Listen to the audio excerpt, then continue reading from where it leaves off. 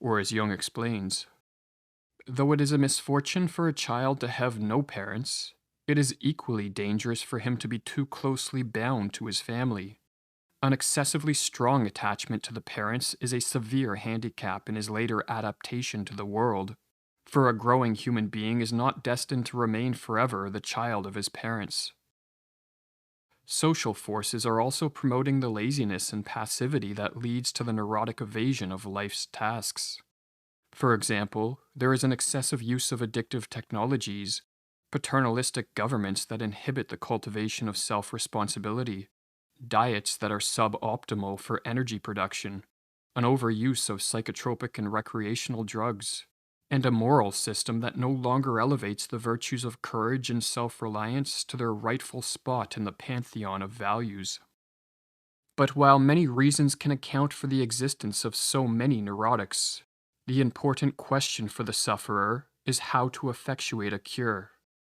According to Jung, the approach we should take depends on whether the problem we are evading lies in the collective outer world of people, places, or things, or in the individualist inner world of our psyche. In my picture of the world, Jung wrote, there is a vast outer realm and an equally vast inner realm. Between these two stands man, facing now one and now the other. Problems in the outer world tend to take the form of failures to meet the basic demands of social life. For example, some people struggle to make friends or to establish intimate relationships. Others fail to attain gainful employment or to contribute to their community. Still others fail to develop an adequate persona or social personality. These problems are of a collective nature, in the sense that they represent challenges of life that all members of a society must face up to. And Jung called cases of neurotic illness caused by evading these tasks instances of atrophied collective adaptation. Individuals afflicted with this type of neurosis need to become more normal in the sense of cultivating the basic skills needed to function successfully in society. Previously, because of his illness, writes Jung, the patient stood partly or wholly outside life.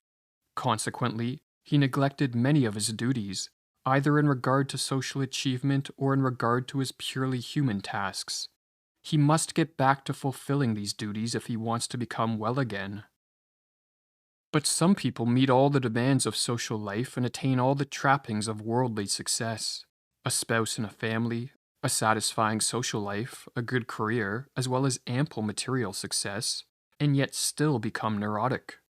Or as Jung writes, psychotherapists are familiar with the collectively adapted person who has everything and does everything that could reasonably be required as a guarantee of health, but yet is ill. The problem being evaded by these neurotics is not to be found in the outer world, but in the inner world of the psyche. Such individuals are afraid of their individuality and so fail to heed the call of their conscience to develop the idiosyncratic side of their nature.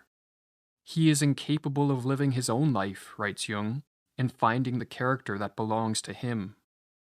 These neurotics are too normal, they are too conformist, and their social success acts as a barrier to exploring the depths of the psyche. But as the development of the individual side of our nature is just as imperative as our collective development, a failure to adequately differentiate ourselves from others will make us neurotic. Or as Jung writes, there are large numbers of people for whom the development of individuality is the prime necessity, especially in a cultural epoch like ours, which is literally flattened out by collective norms. In my experience, there are very many for whom the development of individuality is an indispensable requirement.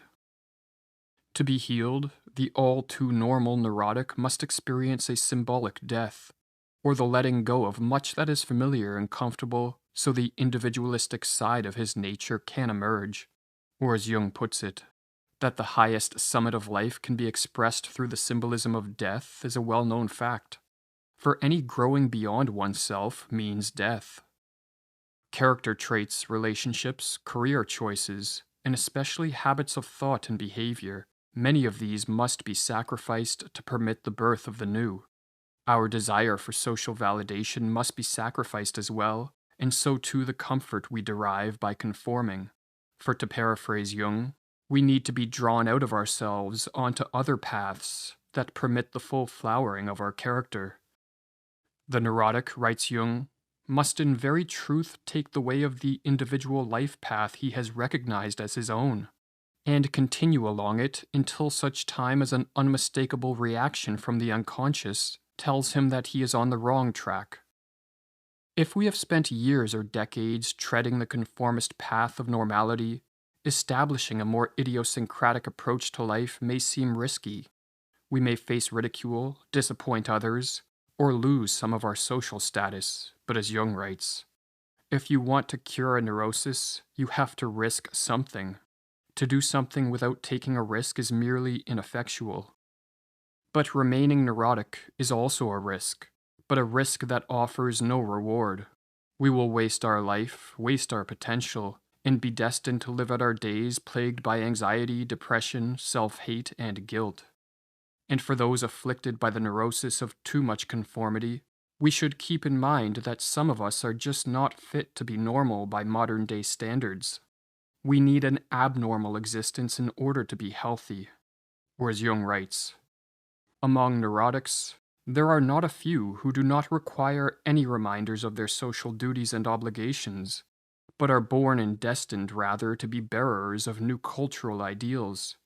They are neurotic as long as they bow down before authority and refuse the freedom to which they are destined.